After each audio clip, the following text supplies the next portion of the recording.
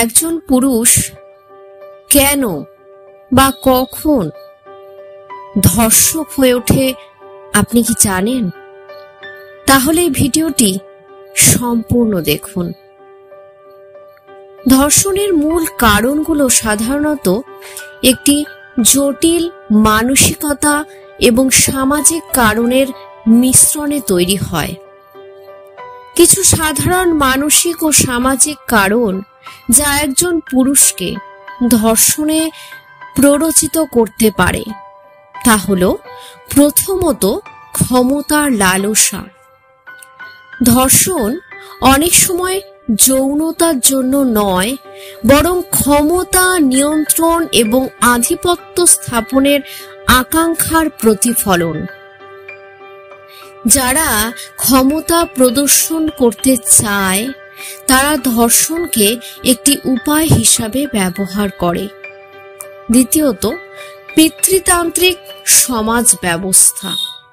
সমাজের অনেক স্থানে পুরুষতান্ত্রিক ধ্যান ধারণা প্রচলিত, যেখানে নারীদের স্থান নিম্নে দেখা হয় এবং পুরুষদের আধিপত্যকে প্রাধান্য দেওয়া হয়।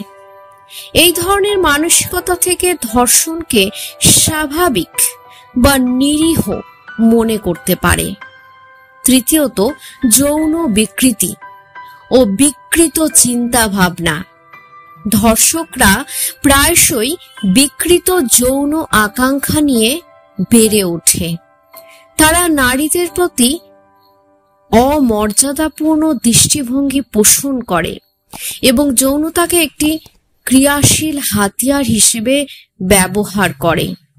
চতুর্থত, ট্রমা বা শারীরিক নির্যাতনের প্রভাব।